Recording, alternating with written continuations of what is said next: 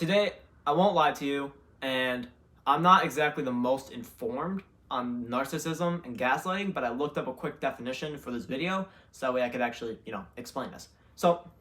And the reality of it is, it's not as secret as it seems on the forefront. When even with the quick definition, I was able to make the connection, and I'm gonna spread that connection to you, so that way you can understand why narcissistic people use gaslighting, and that is a hard word for me, but narcissism or whatever. But anyways, so to start off, right? Narcissism is defined as basically somebody who is on the physical and the mental and the spiritual level selfish as their core identity, meaning they will always grab for something if it is beneficial for themselves, either in the short term or long term, regardless of future consequences for other people, right? They'll look at the consequences for themselves, but they won't look at it for other people because, well, they're narcissists. So it's basically they're taking a magnifying glass and looking inwards towards themselves, essentially. So they do see the problems, but they only see the problems in themselves. Does that make sense? And then for gaslighting, it's, if you don't know the definition, it is basically somebody trying to manipulate you into believing their ideas by questioning yours. And the thing is that actually, you want to hear a surprising thing? Almost everyone's a narcissist by that definition, or not narcissist. Actually, yeah, everyone is a narcissist using gaslighting in that sense. And here's what I mean. All right. When people communicate to you, or when you communicate to other people, like I am right now to you, I am sending you an idea. And what I'm doing with that idea is I'm questioning what you know and replacing it with something else. So essentially, I'm a narcissist by this definition. Oh, well, you're not, because you're giving me good knowledge. But by that pure definition, objectively, I'm still a narcissist. So I think we need a better definition, because otherwise we're just going to be, we're already able to throw around words like misogynist and other random crazy word like Nazism or something, right? Or you just hate Jews for some reason, or maybe you're it's just, you get the whole thing, the whole mess of basically throw random slur at somebody because that's the only thing you can think of in 0.5 seconds on a shit post on Twitter. It's all right, cool. So going off of that, basically, I don't know what a definition would be. I'll figure it out as we develop in this video that could replace these definitions.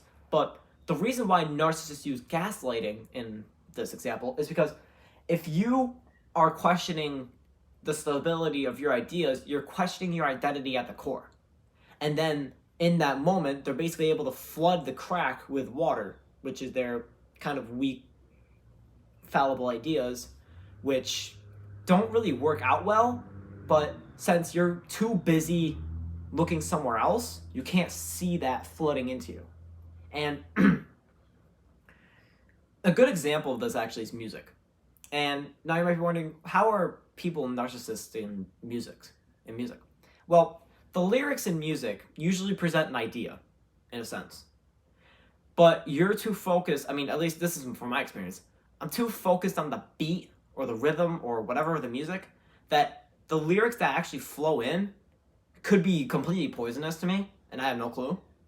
And that, in a sense, is this exact form of gaslighting. It's where you are distracted on some other aspect of life, and then somebody comes in, and they can see that, and they choose to be consciously manipulative, and they develop your ideas into a way where it makes them the limelight and not you. Now, if this was purposefully done, and you wanted to make other people limelights and develop their mind and whatnot, if it was done consciously and purposely by you, who is not putting themselves in the limelight now, okay, that's perfectly fine. That's essentially what I'm doing with these videos. Not exactly, but you get the idea. But what a narcissist is doing is they're planting it into you unconsciously, and then in turn, you eventually start to convert into their ideas unconsciously. Now, obviously, you have to know if this person's being consciously manipulative or not, which is pretty obvious to see since 3% of people are psychopaths, and usually they get placed in the same category, right? So you're able to see that different, like, you're able to, like, sense that difference. You're like, hold on, this person's not right. Let me get out of here and go this way. Not fucking with you. And then there you go. Makes sense. So, to continually build off of this narcissist gaslighting example, right? I think it happens a lot in relationships, because in relationships, people are deeply entwined with each other. And from my definition, or my beliefs and my experiences, as people become more deeply entwined with each other, they start to see that there is room for adjustment in the other person, right? Because they see the rights in the first part of the relationship, but then they see the wrongs, and then they always focus on the wrongs because they're more negatively attuned to the other person, instead of focusing on the positive things, positive reinforcement, and then positive reinforcement of the things that you believe that other person should have, which are good for the other person too. Then you're really on a roll. Because, to sidetrack for a little bit, humans are based on reward, right? We work for things based on a reward. So it's the exact same thing with like video games, for instance, or like other things that make people really addictive. The reason why they're really addictive is because they're based off the reward system in your brain. And if they kept telling you, oh, you suck, you suck, you suck, you suck, which unconsciously they kind of do at some points, then you're like, well, fuck you, I'm leaving, right?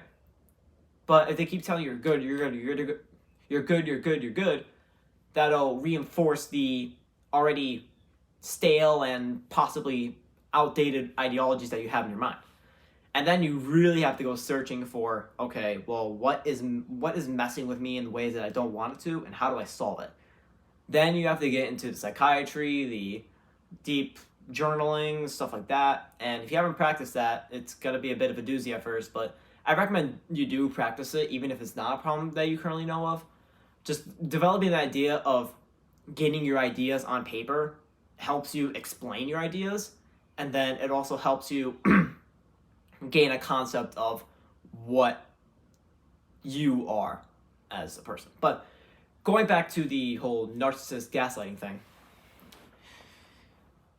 So what we understand is that narcissists gaslight people to convert their ideas, or convert them to their ideas, which are often aimed at themselves. Okay, so how do we deal with this, right? Because obviously it is a little bit tricky, we'll say, to deal with a person who is so innerly focused on the wrong things that they basically have to jump out of the hole, cover the hole, and then take dirt from somewhere else. I'm calling it dirt for whatever, and building up a hole towards the ideal version of human beings, right? Whatever that may be for you, right? Because obviously there's individual adjustments everywhere. So I think to go off that, what I'd first say is, I'm going to choose my words carefully here. Adjust the way you speak so that you suggest other ideas to them, right? So maybe they say, oh, can you go do this thing? And then maybe you don't outright say no. What you do in that case is you suggest them to do that thing. But you don't, like, I'm trying to think of an example of how to do this. Man. Because I'm not the best at communication yet, so I could get the idea, but I don't have the execution part. So let's say, oh, go get, like, maybe your sister's like, oh, go get the laundry for me, right? Just blurted, whatever.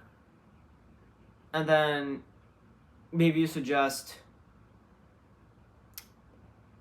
maybe you'd be like, well, quite honestly, I'd love to get the laundry, but, or no, quite honestly, I'd love to get the laundry.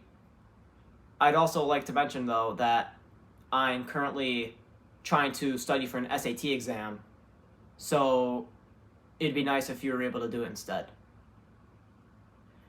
now you suggested to the other person that they can go do it. And then a lot of times they'll actually do it because they'll understand, oh, okay, you're studying for an SAT exam, go for it. And if you don't know, SAT is like a standardized testing program in the United States at least. And I think it's international too, but I'm not quite sure. But going off of this idea, so basically in that case, right, you suggest to the narcissist that maybe they should execute on their ideas, and then they'll understand that their ideas were really selfish in the first place, and then they'll be like, maybe I should change. And here's an interesting thought that you can think about for a second, all right? So how behavior works, I can't remember, who did I hear this from? I'm sorry, I can't remember who I heard it from, but it's basically like, you think about it as as like an order chain, right? Oh, Alex Hormozy, I believe, is who I heard it from. And it goes from action to thought to belief to perception. So if the narcissist goes and grabs the laundry for you, right, instead of you grabbing the laundry for them, they'll start to understand the ability of caring for other people too. And then that thought will go into their mind, wait, am I being selfish here? Or maybe I should go do this thing instead. Then that action turns into thought, or belief, turns into the action turns into thought, turns into the belief, which, oh, now I believe that I'm being selfish, let me fix that. Now they're getting better. And then the perception of giving to the world comes to the narcissist. So that's like a kind of simple way to do things.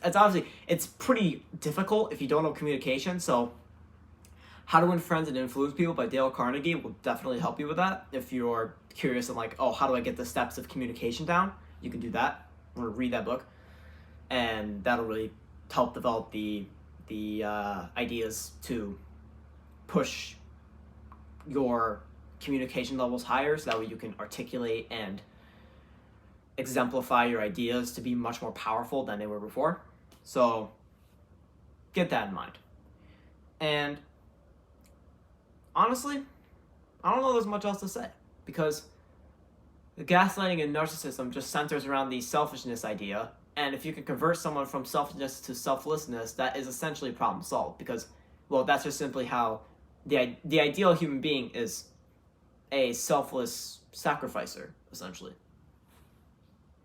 And the ideal being would be someone, from my ideas, it would be someone who is able to sacrifice for other people for the infinitely long run, right? They'll be able to put themselves in the perspective of an infinite amount of time forward. And then that would be how someone cures themselves from narcissism. So, yeah, that's a good place to end, I believe. So, I hope you got some value out of it. I hope you understand how people are actually a lot more commonly narcissistic, and it's just a lot more hidden. And hopefully that will bring you to your attention of you can become more aware of this narcissism in yourself and other people. And then you can cure these ideas by implanting the action, which will therefore transform into a thought, then a belief, then a perception of life. And sorry about that. So that importance should be something in your mind if you're exceptionally aware of this being a problem in your life. And if you know someone that has this problem, if you know someone that is a narcissist, I would recommend trying to get them this video, since that would be essentially my audience to this video, as narcissists, or people who know narcissists. But for you, if it's like a personal person, then great, then it's less converting on me, because my communication isn't the best. So I might be too offensive to them before they get to the solution part of the video. So you can tell them like, oh, if he sounds too offensive to you, you can skip to blah, blah, blah portion of the video, so that way they know what the solution could be, right? The part where I talk about like the sister and the laundry. So thank you for watching. Go do the thing, because I can do this for fun. But that's going to be it for me. And as always, We're here to help you help them.